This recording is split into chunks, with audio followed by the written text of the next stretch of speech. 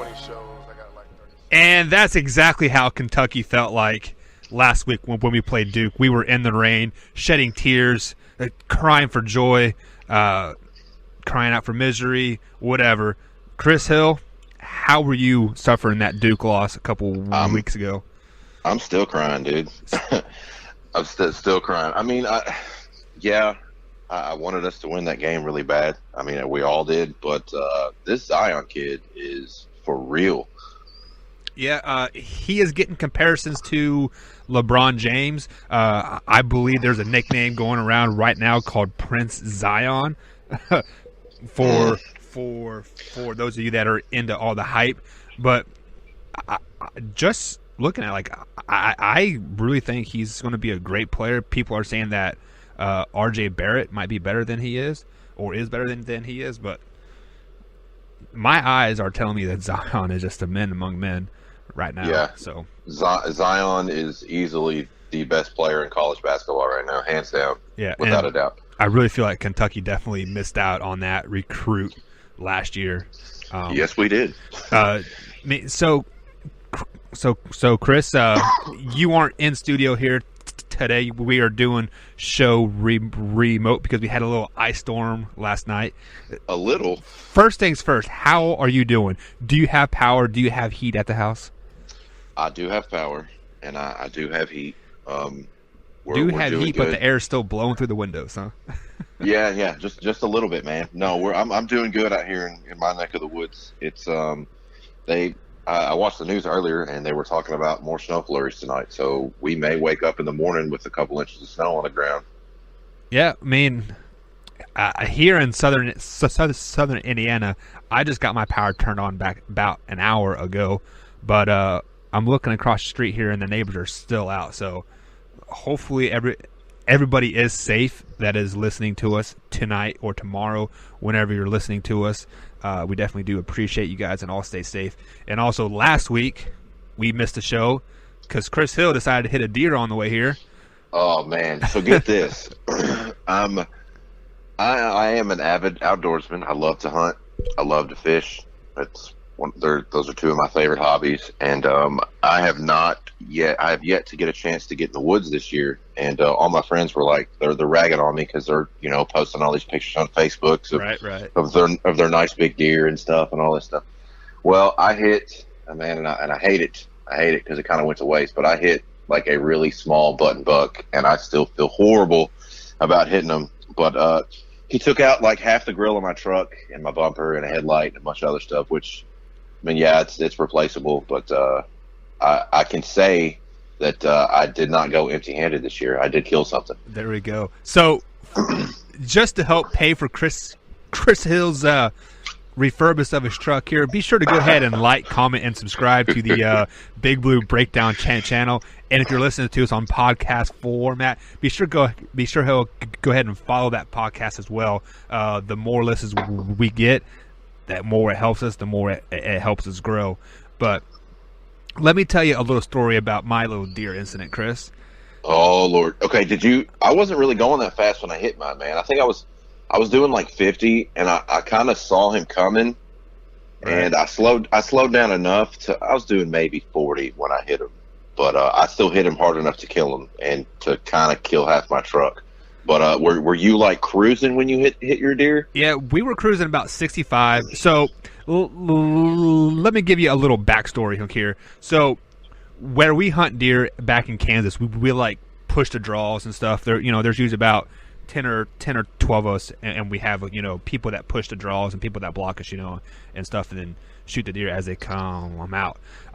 Apparently that's not big in Kentucky or Indiana. You all like to sit in stands all day.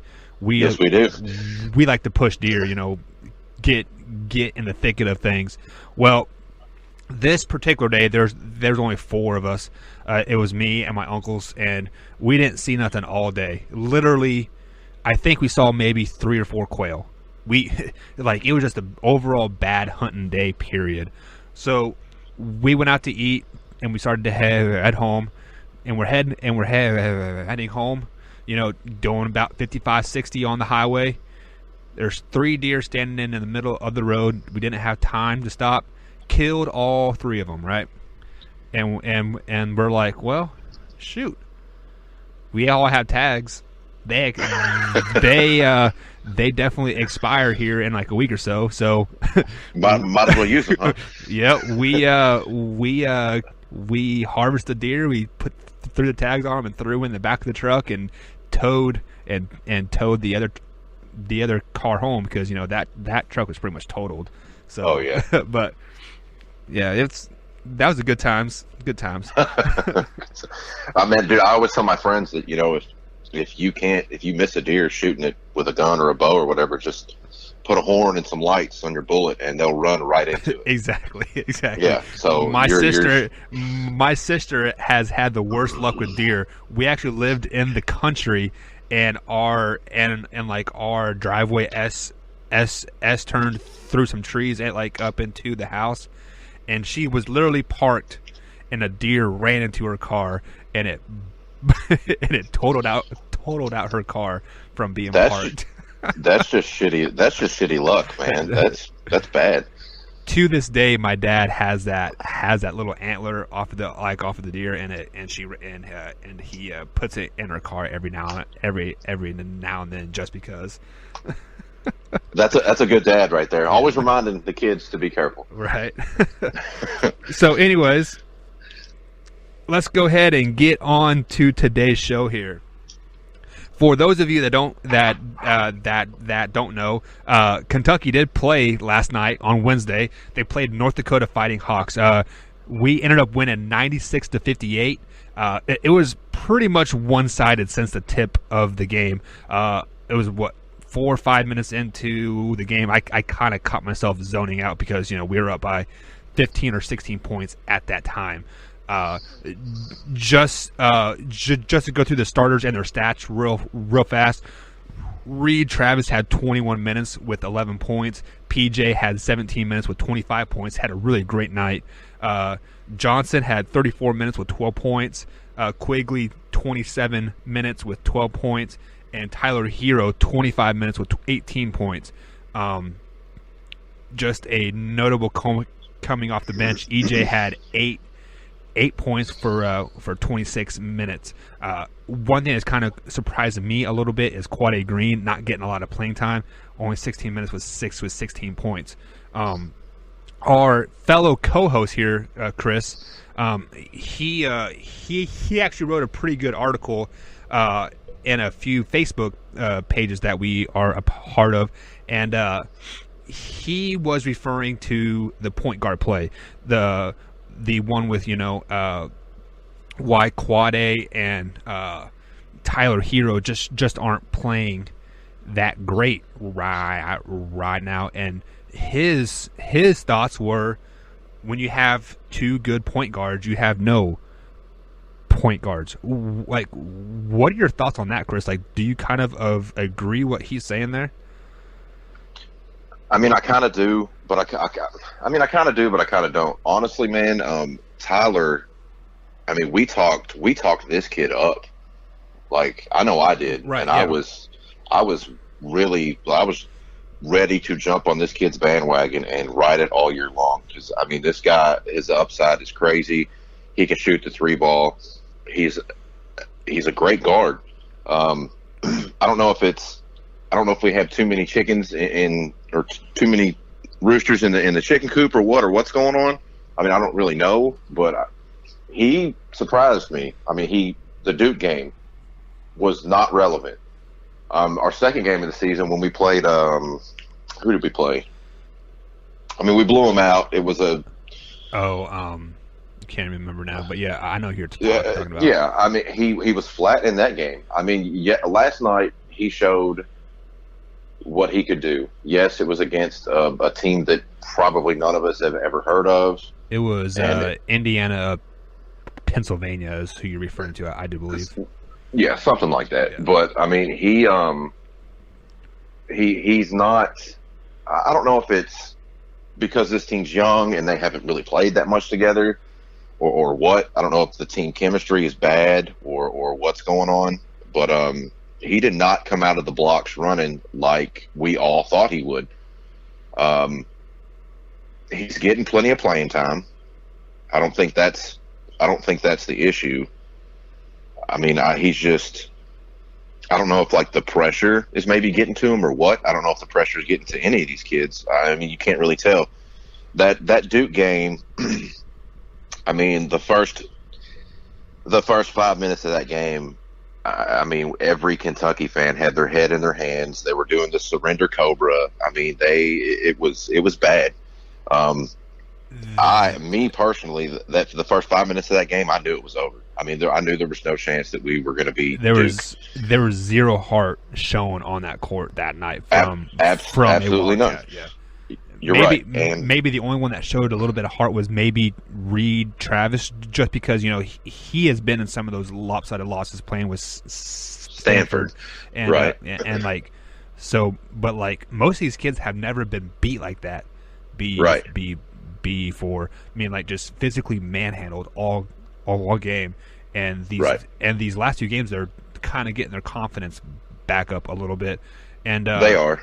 And there was I believe it was the weekly Cal show, and Cal basically said that he's been coaching bad. Like he hasn't been coaching the way these kids need to be coached. Like, yeah, I read an article about that show where he was trying to take the blame and stuff for it. But I mean, honestly, man, he can only take so much of the blame.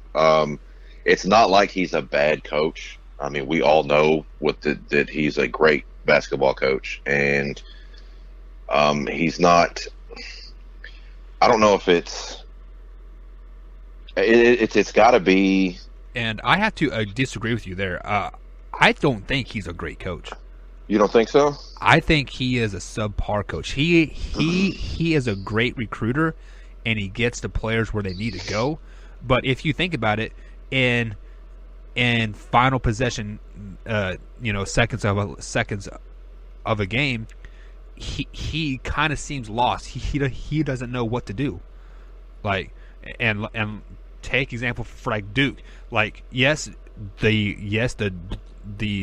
the Duke team was manhandling us, but what did he do to fix that? Did he shuffle the lineup up? Not really.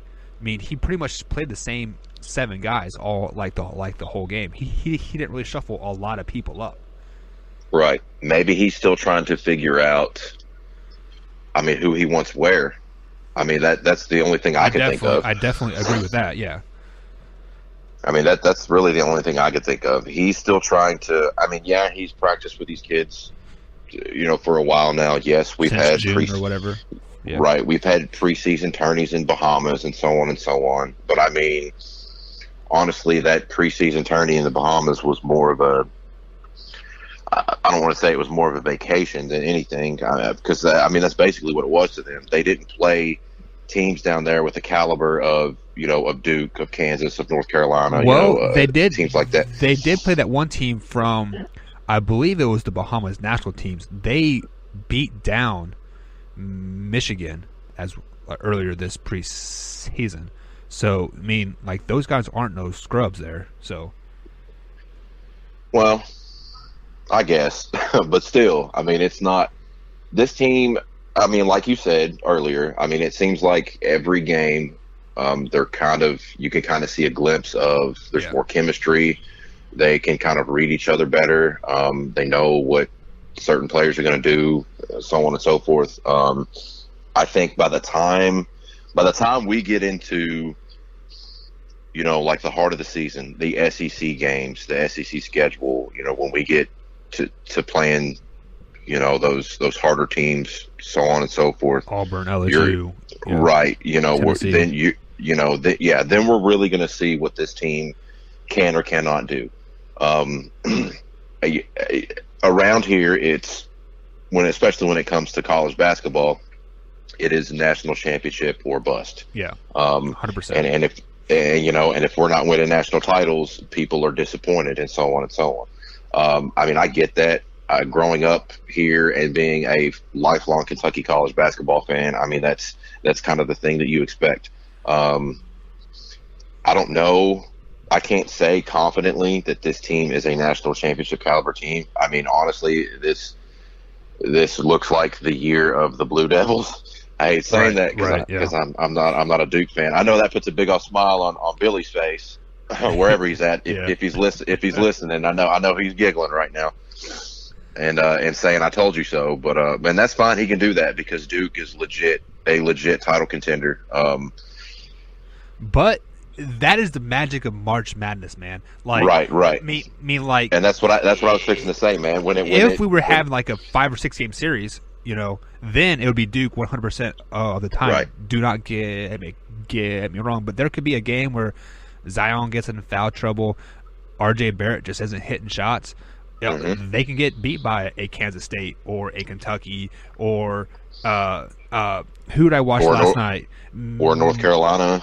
North Carolina, maybe not, but Michigan looked really good last night. Yeah, and Villanova. I was fixing to say, man, Villanova looked super flat last night. I mean, I know they're replacing starters and blah blah blah blah blah, but Michigan, man, they come out just guns blazing last night, and I honestly, that was one of the teams. I mean, yeah, I'm a Michigan fan, but I thought that they were extremely disrespected with the ranking that they've got. They are a much better basketball. Oh yeah, man, they are a much better basketball team than people are giving them credit for, and last night showed it.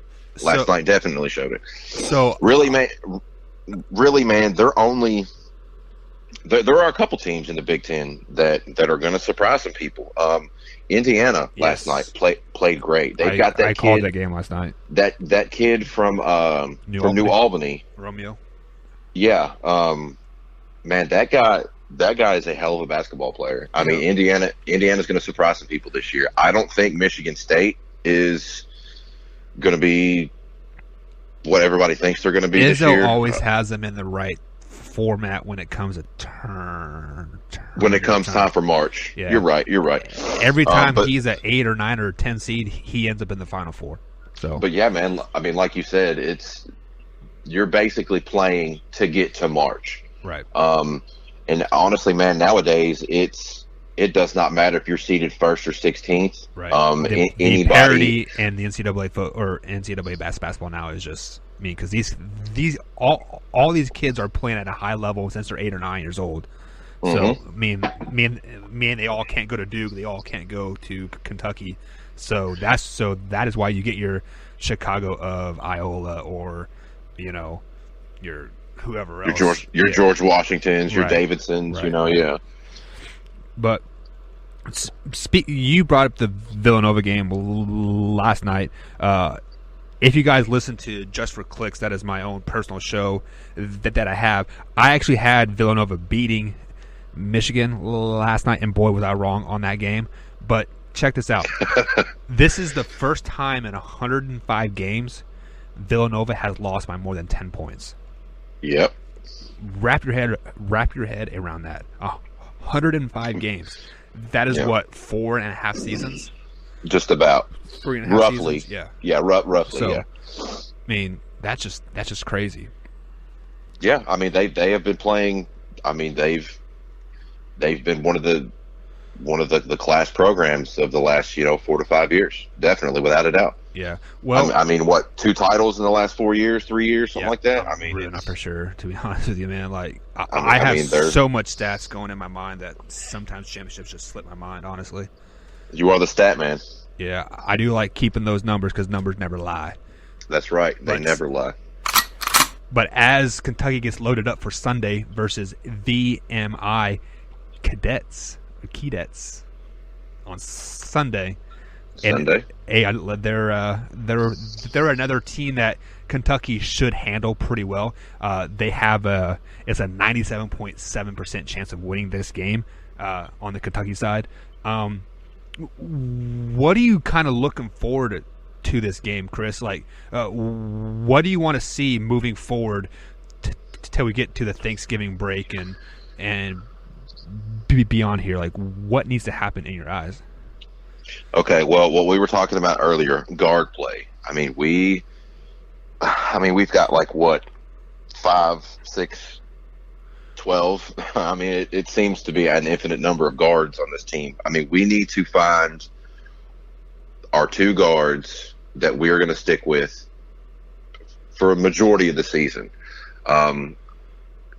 I didn't think guard play would be an issue at all at the beginning of the year. Did not think it would be an issue. And like we alluded to with Tyler, I want to see. I really want to see this guy step up and be the player that we know he can be. His potential is crazy upside. Maybe he's just nervous, man. Maybe. I mean, because some of these kids are not used to. I mean, they're used to playing on big stages, but I mean, we're talking Rump Arena, Kentucky basketball. This isn't AAU ball. This isn't some tournament, high school tournament, some kind of state tournament. None of that, man. It's not that. This is as big as it gets before you get to the NBA, basically.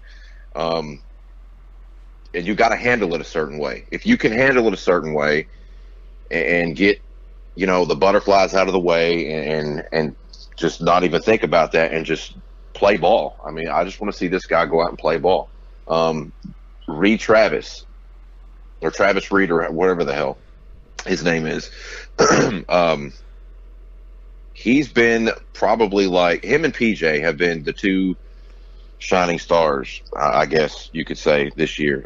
We didn't really we knew PJ was going to be good. I mean, and he's definitely lived up to the hype and the potential. But Travis, man, he's not used to playing on a big stage like this either. I mean, yeah, he played at Stanford, but Stanford's not really known for their basketball. I think Reed Travis has been really the only staple of the team that like he has been consistent. Like he hasn't had like one awesome game and then just fell off. Right. I mean, like yes, it's a very small sample size of 3 games and 2 versus really no name opponents that you should do well against, but still like he's been pretty. I'm going to give you 10 points. 10 boards every game, and I was going to say he's becoming that player that we can basically guarantee that he's going to get us 10 to 15 points, right? 5-6 boards. He's going to be that caliber, that style player. And another thing that I kind of want to see and look for was we need to find 2 or 3 more guys like that. I mean, we need to get the guard thing situated. I'd like to see better chemistry, that'd be a big issue. Is because I think we're playing like 9 players on a 9 players are averaging 15 minutes or more. So there's definitely the chemistry factor there. So right, and I think that's why Coach Cowell is doing that. He's still not really sure what he has, which is fine. I mean that's totally fine. It's the beginning of the year. We've got time to figure that out before SEC play starts, and the important games come up. And I think that's what he's doing. You say that, but the normal Wildcat fan here, like they saw them struggling against IUP, and like my own brother-in-law was kind of freaking out, like, "Oh my God, we suck! What the fuck?" Or yada yada yada. Excuse my language there, but like Wildcat fans just sometimes just aren't very patient. Like, you're right, we gotta as they I'm going to quote the 76ers here: trust the process. That's right. Trust our mediocre coach. Our mediocre coach. I mean, that's part of the thing of being a Kentucky ball fan, man. That's like I said earlier, it's national championship or bust. Those are the things that you're used to. Right. I mean, if honestly, man, if you made it through the Billy Gillispie years, thank you for sticking around, and it's only going to get better. Right. So the one thing I would like to see, I want to see Quade Green knocking in on that starting lineup. Get him back in the lineup. Like, yes, he is a good 6-man. He's a good guy to come off the bench, but I would like to see him as a 2-guard or a 3-guard even. Yeah, I mean, like he's not big enough to really play a 3-guard. But think about this. If you have Tyler Hero, Emmanuel Quickley, and Quade on the court at the same time with a Reed Travis and EJ or Keldon Johnson, that lineup looks pretty good. Yes, it does. That's a stout lineup, man. Yeah. I mean, like, I don't understand why Quad A isn't in the starting lineup. Like, I don't think he started last night, but versus Duke he didn't start, versus IUP he didn't start.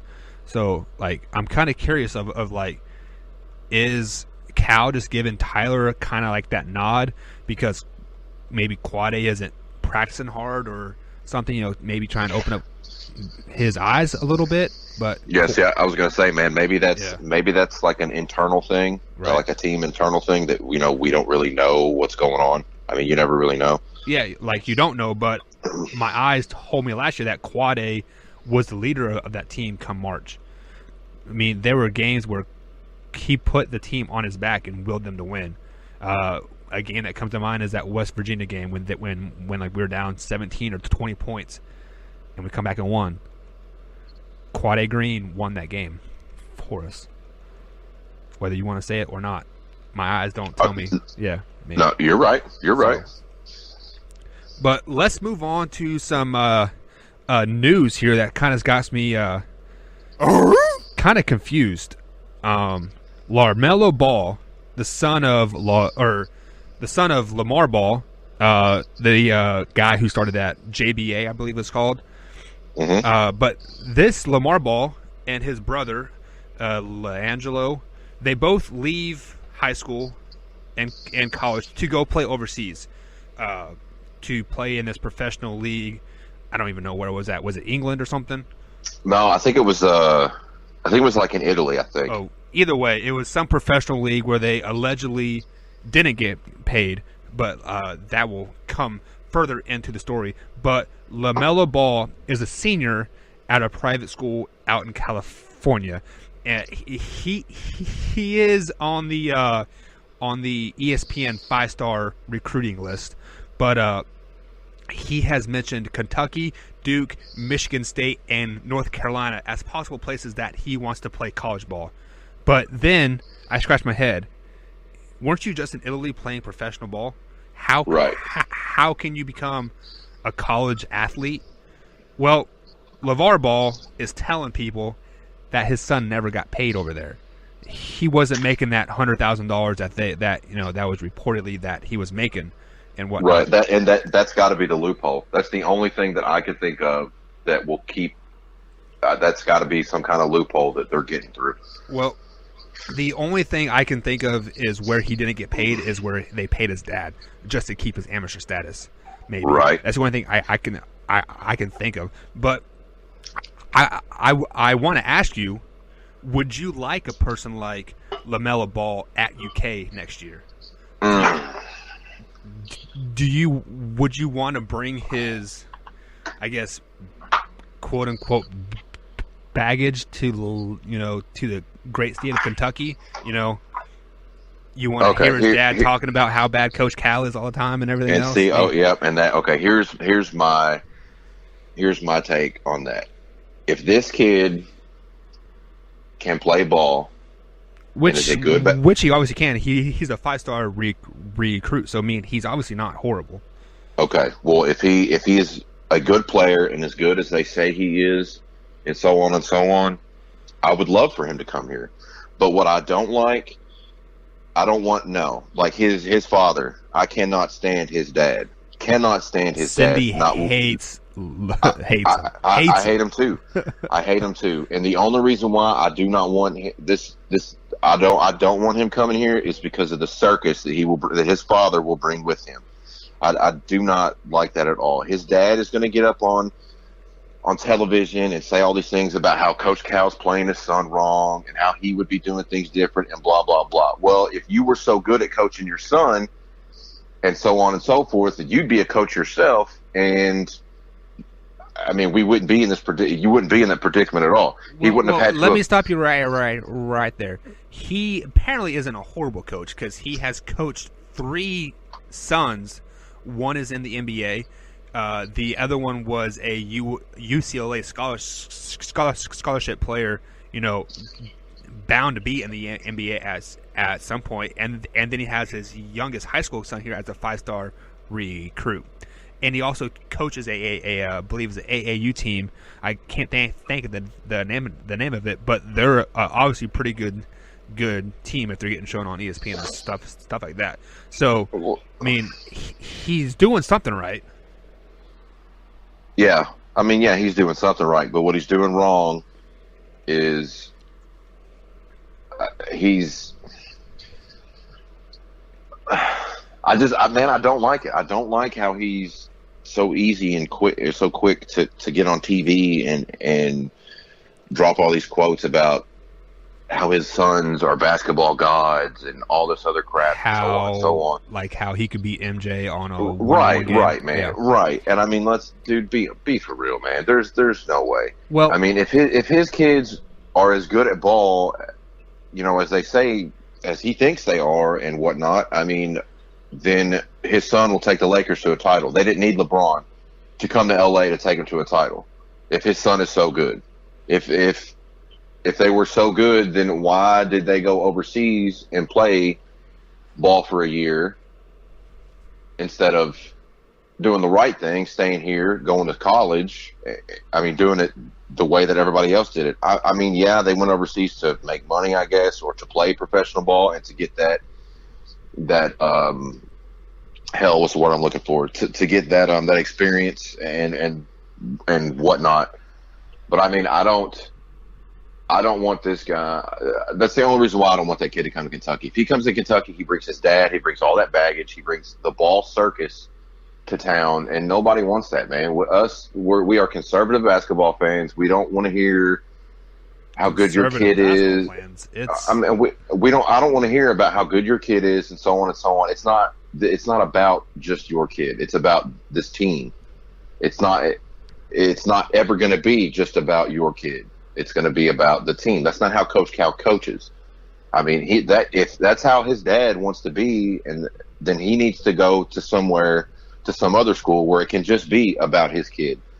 His kid can be the superstar and so on and so on. But that's not how it's going to be at Kentucky, man. You can't come in here and it's just, you can't do that, man. It's not about just one player. It's about all of them. Yeah, and I totally agree with you on every aspect that you're bringing. But I've always kind of been on LeVar's side on everything that he does. Not another one, man. No, come on. Just hear me out on this. So, at the time when he was calling out MJ, calling out, Magic Johnson or whoever else he was calling out, he started a brand called Big Baller Brand, selling a $250 shoe, right? That's garbage. Yeah, I don't know. I haven't seen him. I haven't worn him. I don't know anybody that has them. But point taken. You don't know anyone that has them, so they can't be that good. But listen here, he was on ESPN. He was on First Take. He was on PTI talking about Big Baller Brand for free because he called out MJ. He said, "My son is the best shooter in the NBA." He did all that to get his brand out. Now he has a multi-million-dollar brand that he has, and he has a status of like, what are you going to say next? He kind of has that Charles Barkley effect, like, his son. I don't know what you're going to say next, so I'm going to keep my camera on you.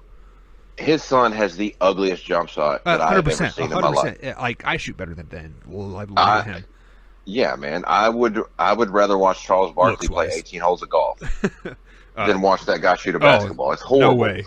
Charles Barkley's winning club makes my back hurt, man. I mean, I would much rather watch that than watch this dude shoot a basketball. His jump shot is horrendous. So, let's say he does come to UK and he brings the ball circus. Think about how much more time will be on ESPN. How much more money the college is going to make. I get that. But he's going to bring so much optimism to the team, so much money, so much exposure that why not? Why not bring him to like? I get that, and yes, that's definitely a pro in this situation. It's more limelight on Kentucky basketball, but dude, that's also a con. Yeah, and yes, I was fixing to say it's also a con. But honestly, man, we can get the same amount of limelight, the same amount of hype, the same amount of love from fans and ESPN just by winning games and Well, being. if he helps you win games, helps you get that number one recruiting class next year, and then knocks the Duke off their throne that they're on right now, I'm all for it. Bring him in. I mean, it could work, but it also could not work. It could piss off a lot of fans, man. It really could. I for one, am one of them. I do not want to turn on Sports Center one morning and see how LeVar Ball is talking about how his son carried this team to a national title and so on and so on. If he does, yeah, that's awesome. I'm totally for that. That's totally cool. But what if it doesn't work? What if he comes in here and it just goes downhill? Then what? He's obviously not going to blame his son, but what if that's the problem? Right. But I mean, we could get the same amount of hype, and we've talked about this on a previous show. LeBron James's son. Right. He would do the exact same thing. So he would come in here. They're in the same class, aren't they? I think so. Yeah. I'm pretty sure.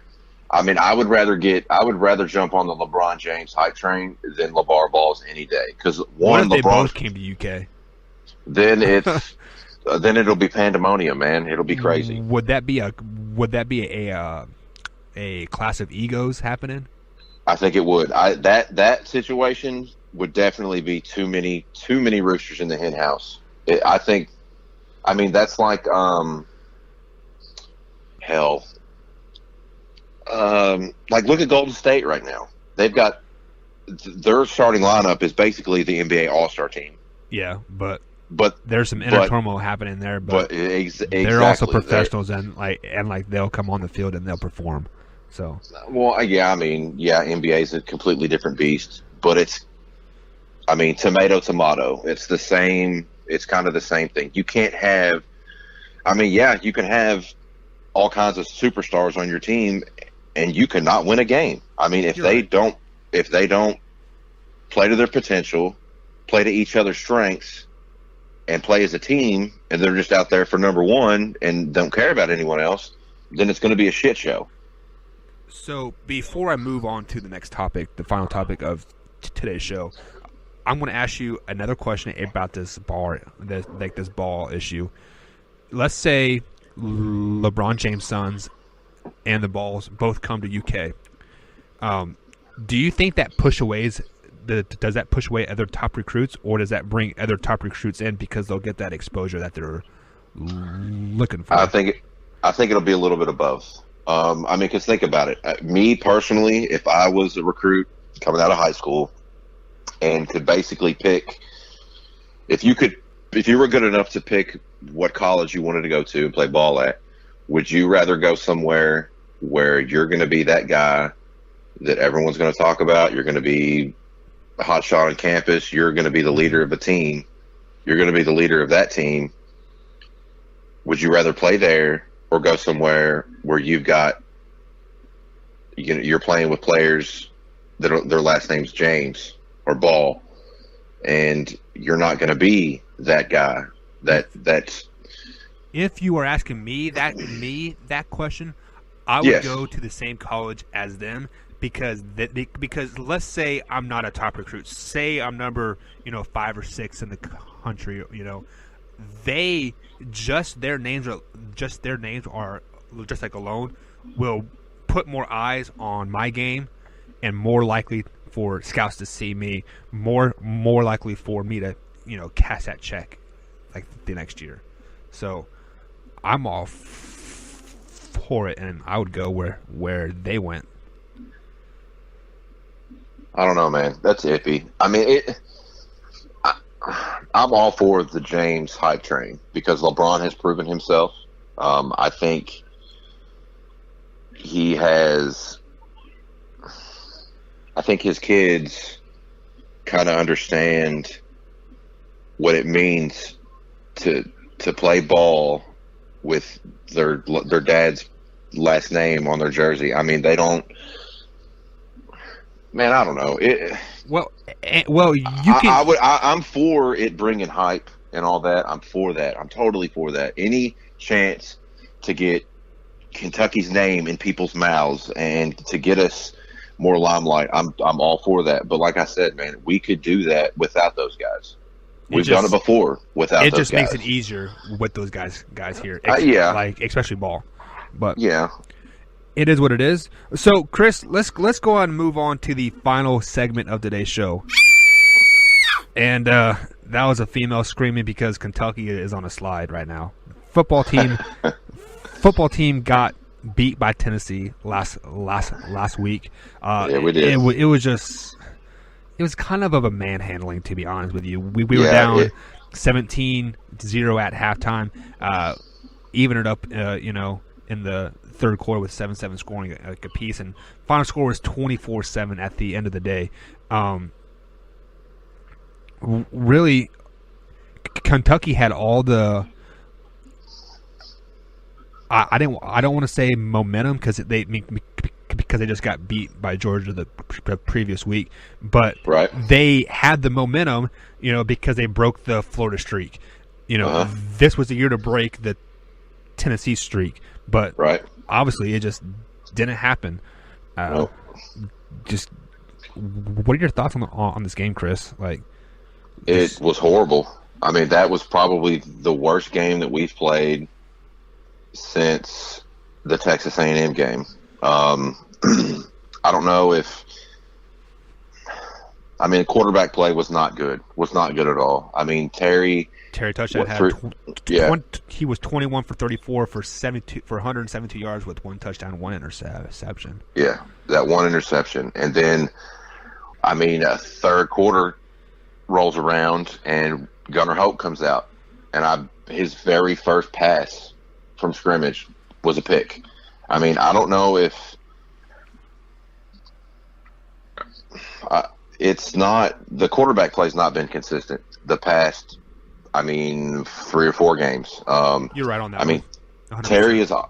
Terry is obviously the quarterback of this team, so we need to ride Terry out. Mistakes or not, we can't.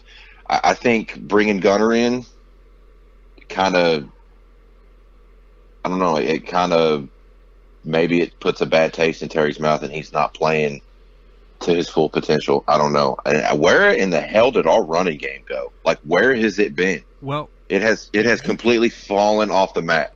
The offensive line has played bad the last 3 or 4 games. They played horrible. And there's a fatigue factor there. And I get that, man. I totally get that. If you don't have the depth in the SEC, I mean, as much as I dog on the SEC, saying it's Alabama and then like everybody else, the SEC is still a pretty deep conference this year.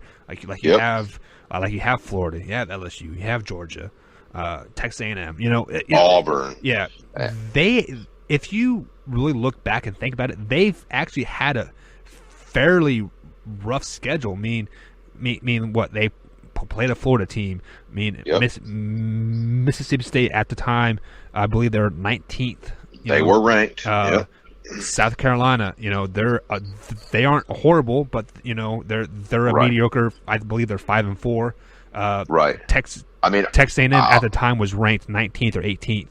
Yeah. And Vanderbilt even was pretty good. Right. I mean, I was going to say, with the exception of Vandy, we had a very tough SEC schedule. And Vanderbilt's pretty. They have gotten the wrong end of the stick on like a lot of games. They are 4-6 or 4-7. I think they only have 1 win in conference, maybe 2 wins.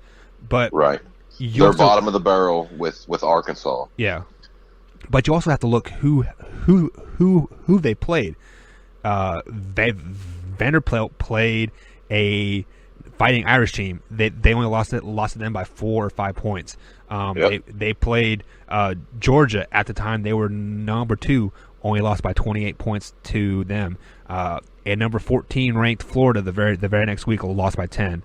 Then they played another 14 ranked Kentucky, lost by 7. So they had 4 out of their 5 games in a row were against ranked opponents in the top 15 in the nation.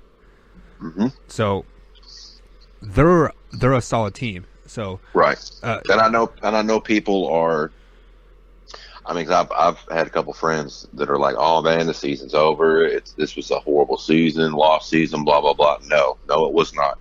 This season, football wise, I mean, was great for us. We were relevant.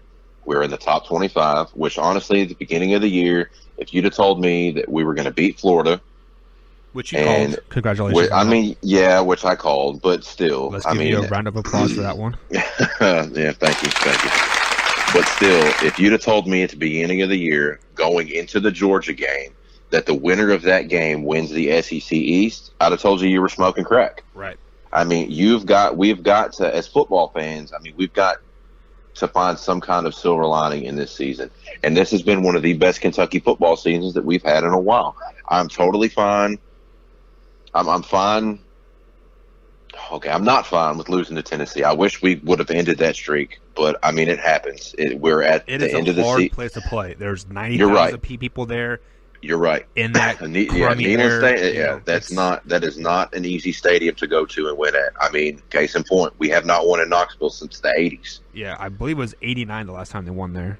Yeah. I mean, so it's not like it's an easy place to play. It's not. It is definitely not. I do not see us having any problem getting it done against Middle Tennessee State, and we're for sure not going to have any problem beating Louisville. Louisville is. I'm not even worried about that game. We could play second string, and we're still going to win that game. All right, so we're going to end this season with these 2 wins. We're going to stay in the top 25, and we're going to get a decent bowl game. As long as it's not the Music City Bowl or the Liberty Bowl, which seems to be the only bowls that they pick Kentucky to play in, I'm fine with that. Yes, it'd be awesome to finally play in a New Year's Six bowl. I mean, that would be cool. I was kind of hoping that if we'd have beat Tennessee, I saw us playing the Outback Bowl against the Big Ten team. I don't know what Big Ten team, but I think they had it projected as Ohio State, actually. Yeah, and that I would have loved that because we probably would have beat them. Ohio State people are way too high up on Ohio State. They are not that good. They are really not that good, and Michigan's going to prove that here in a couple of weeks when that number one defense rolls into Columbus and manhandles Ohio State. I'm just going to sit back and giggle. I mean, because it's people. I don't know why, man, but it's always seems like Ohio State. People get up on the bandwagon and think that they're so good and whatnot, and really they're not. They are not that good. I am extremely happy with Kentucky football season. If we end the year inside the top 25, I'm fine with that because honestly, if you end the season in the top 25, then that's going to make you relevant for the next year. So next year we should start the season. In theory, yes. But next year we should start in the top 25. If not in the top 25, we're easily going to be a top 30 football team. Yeah, now, pretty darn close. Right. And I mean, this is a young team. Let's not forget that, people. This is a young football team. Yeah, we're going to lose a couple players. CJ Conrad's going to be the biggest loss, I feel. Yes. CJ is going to be the biggest loss. But Cash Daniels is a sophomore or a junior. Right. He's coming back. I mean, he's the backbone of our defense. Who's the other guy? I can't even think of his name right now. The guy that got tossed for targeting last week. Yeah. I can't think of his name either right now. I cannot think of his name. He's probably our best defensive player, to be honest with you. He's probably Yep. Yeah, and he's young. He's coming back. Terry, he'll probably come back next year. We're going to lose an offensive lineman or two, but we're not going to have to reload that much. We should still have a very talented football team next year. We should be even have 2 strings that are able to keep up with the 1 strings as well. So this depth wise isn't going to hurt us. Exactly, depth wise, we're going to be in a much better position next year. And has next year's football schedule come out? I think it has. I don't know, but I haven't even looked at it or anything like that. Yeah, I'm living day by day, man. Day by day. Right. Day by day. Day at a time, baby. Day at a time. Living the dream. But I think this football team's going to be better next year. I mean, yes, this year was a banner year for us. We beat Florida. We got that monkey off our back. But I think next year, man, we're going to get a couple more monkeys off our back. We're going to beat Tennessee. I know it's not going to be in Knoxville, whatever, but we're going to beat them. We're going to be relevant again next year. I mean, I'm super proud of this team, man. So I understand we're all happy, if we finish a 9-3 season and we go to a decent bowl game, and we need to win that game. Yes, we do as well. And that put us at that 10-3 mark on the season, which is not a horrible season by no means whatsoever. Not for Kentucky, man. Not for Kentucky. I would say not for anybody. If you are in a Power 5 conference and you finish 10-3, you're having a pretty good season. Yeah, any team with a 10-win season, you're having a good season. That's a good year, right? But these last 3 games, I want to say, even going back to the Vanderbilt game. So let's go to the last 4 games. There's an issue with the offensive coordinator. I don't know if he's trying to be like, hey, it's my way or the highway, but Terry Wilson is an up-paced quarterback. You need him. You need to get him in the groove. They need to run that. Like that up tempo. Yeah, a up tempo. A screen or a read offense. Something just to get him going. Just so he's not. Using 35 seconds on the play clock and having to think about his pass that he just threw a incomplete pass. Right. Give him 10, 15 seconds, get back up to where the line, let him call a play as he sees and then goes. He kind of alluded that after the Missouri game. He's like, hey, I'm ready to run a up-pace offense, and then they did run that a little bit at the end of the Missouri game. And they went and scored the winning touchdown. So obviously that offense fits Terry Wilson very, very well. Yes, it does. Now to go to your point of putting Gunnar Hoke in there. I think the offensive coordinator or even Stoops is putting Gunnar Hoke in there just to say, see, this is why he is not the starter. They've been throwing him in there for a couple series. He looks like trash, and they're saying like, see, this is why we're sticking with Terry. That's the only reason why I think they're putting Gunnar Hoke in there, just to appease the fans, just to shut up the naysayers. Yeah, the naysayers saying, hey, this is why Gunnar Hoke isn't our guy, and it won't hurt my feelings if he transfers to South Carolina or Tennessee or wherever he wants to go at the end of the year. Yeah. If he even goes, because come to think of it, Terry and Gunnar are both the same age. I believe they're both sophomores. Yep. And I believe Gunnar redshirted his first year here. So Gunnar only has 2 years left, after this year. So if he wants to play at all, he's going to have to transfer, because Stoops and the offensive coordinator have made it clear that Terry is their guy. Yeah. But looking forward to the off season here, the offensive coordinator either need to adjust his philosophy, run that up-paced tempo offense, or he needs to go. So, I agree with you, man. I do not understand how.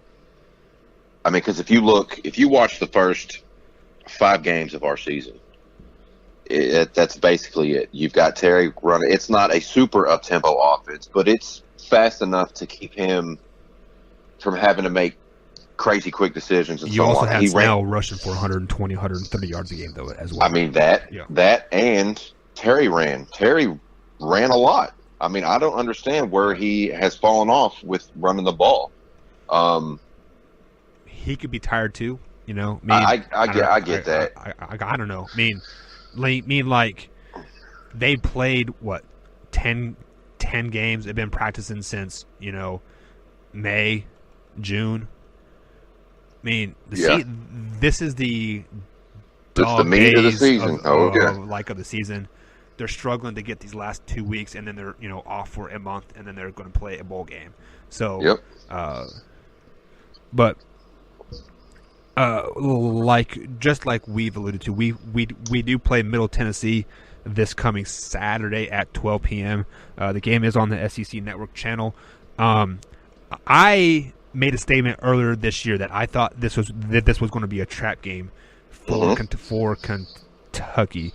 You still think that, big guy? I still think it's going to be a trap game because if you look at this Middle Tennessee State team, they played a Western Kentucky team that should have beat a Louisville team.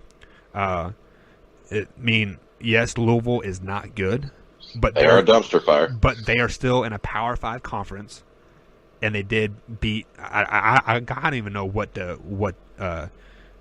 division Middle Tennessee State's in. What are they in, the Sun Belt or something like that? Or I think it's Sun Belt, yeah. No, yeah, it's either Sun Belt or Conference USA.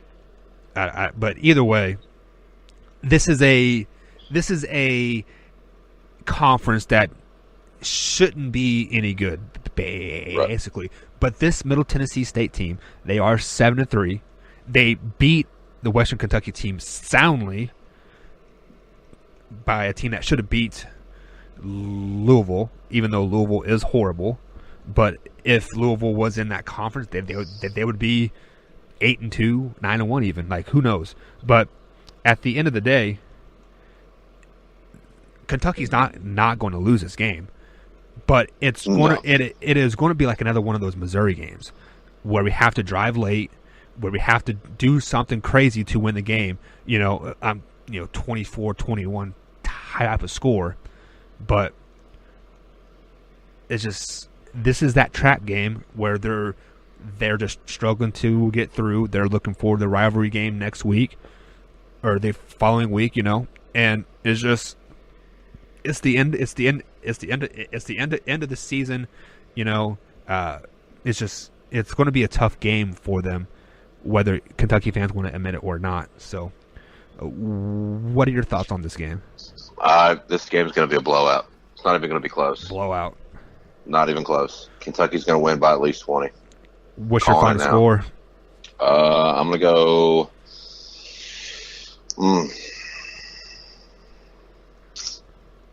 Let's go 20.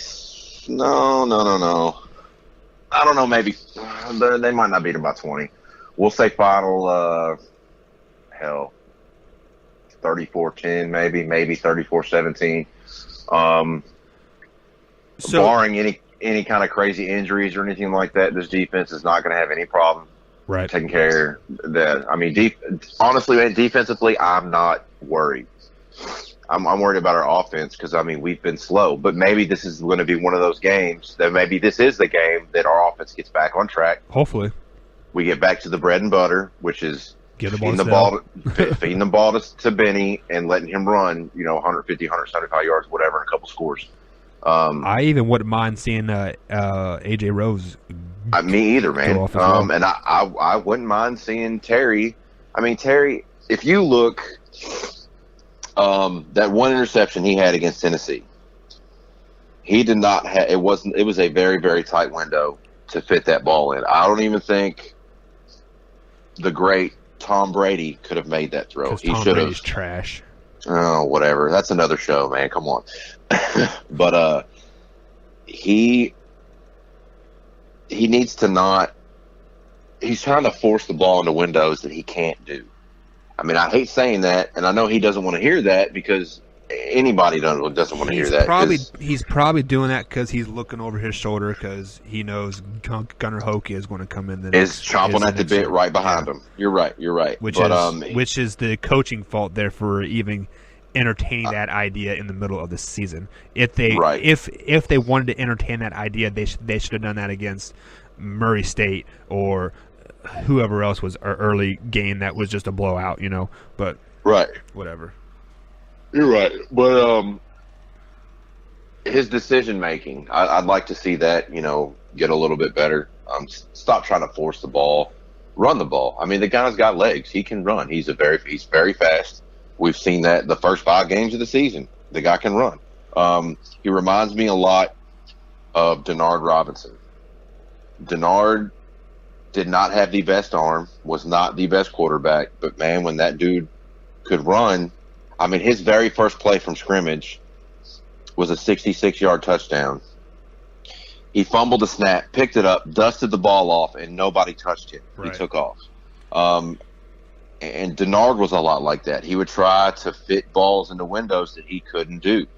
But when he would not do that, he would make a good decision to tuck the ball and run. He was either scoring or getting close to scoring. Now, Terry does not have the speed that Denard had, but he's fast, and he is a talented football player. I would like to see his decision-making get a lot better. And if he can fix that phase of his game, then he doesn't need to look over his shoulder anymore. He will be the starting quarterback of that team, barring an injury, regardless. It's just little mistakes like that kind of put that little tick mark in the, okay, well, we're looking at gunner box. And I know he doesn't want to do that. I'd like to see him run the ball a little more and not try to make these crazy throws that get picked off pretty much every time. He's got to protect the football, man. You cannot win games. I don't care if it's a big game or a game like this against Middle Tennessee State. You got to protect the football. You got to. You can't make turnovers and expect to win a football game. You can't make turnovers in any sport and expect to win a game. You just can't do that. And you're absolutely right, Chris. And I couldn't agree more on everything that you said there. Just to end the show here, what would you rather see from this Saturday's game? Would you rather see Snell go for 150 yards on the ground, or would you rather see Terry go for 250, 300 yards in the air? What would you rather see? What would give you positive thoughts for the week coming ahead? I would rather see Terry play well, only because he is the quarterback. He's the captain of this team. He leads this team. If he plays good, that will reflect on everyone else. We all know that the caliber and type of player that Benny Snell is. I mean, he is hands down the best running back in the SEC East. So we don't from earlier this year, Snell is the best running back on the planet. Well, according to him, but we know his potential and how good of a football player that Benny is. Right. We need to see that happen with Terry. Terry needs to have that one game where he's just balls out. Everything clicks. You're right, and then that will build his confidence level. And when your quarterback plays more confidently and so on and so forth, I mean, you should know this. You're a high school ball coach. I mean, your quarterback plays good, your guys are going to step up and play just as good and try and try to play to the same caliber. I would rather see Terry just have a great game to build his confidence and to build the team's confidence in him going into the Louisville game. I mean, yeah, we don't really need that much confidence to play this crappy-ass Louisville team because, Girl Scout Troop 228 could beat this Louisville team. I mean, that's not saying much. Without horse tranquilizers. That's right. But we all want to see Louisville lose. Right. If you're a Kentucky fan, you do. But I want to see Terry play to his potential, have a great game, build that confidence up, get in that stride, as you could say or put it or whatever, and have if he does that, I think that will lead to a great week of practice. That'll lead to a confident week of practice. His coaches will have more confidence in him, and then we should absolutely have no problem beating Louisville. And then that will build more confidence going into our bowl game, whichever bowl game we get, and whoever our opponent's going to be. I'm really looking forward to it, man. I think we're not going to have a problem with these last two games. I'm not even going to knock on wood because I don't need to. We're going to finish the year strong. We're going to get us a really good bowl game and play, and then we'll just go from there, man. All right, and I'm going to have to echo everything that you said. So just to wrap up the show here, fans, there are over 1,200 tickets left for sale. They're going for $13 a piece. Why are you fans not supporting the football team? Come on now. I definitely understand it is basketball season. It's cold outside. Saturday's supposed to be 55 degrees and it's not sunny. Spend the $13 and get a ticket. Go support these cats. Come on. So road trip to Lexington Saturday? Let me talk to the wife, and we'll see what we can do. Let's kick that idea around, man. I'm totally down for that. All right, I will ask her as soon as the show's over here, and I'll give her a little back massage and butter her up, and we'll be on the road. But guys, as always, thanks for joining Chris and I here on the Big Blue Breakdown. Be sure to follow the podcast. Share this with a couple friends. We all have a few friends. Just copy the link on your Facebook page. Let them know that you love the boys. You know, we're always having fun. Any final words, Chris, before we end the show? No, man. I just want to say to everybody out there in La La Land that is listening to us and that has continued to listen to us, big thank you. This is all new to me, and it has been great to do this. I've thoroughly enjoyed it, and the more you guys listen, the more you share, the bigger we get, the better it's going to get. So just thank you to everybody that listens to us, and just stick with us because we're going to get better at it, and the show's going to get better, and I can't really wait to see what the future's got in store for us, man. Thanks, everybody. All right, guys. We'll see you next week, Wednesday night, 9 p.m. on the East Coast, and we'll catch you then. Go Cats!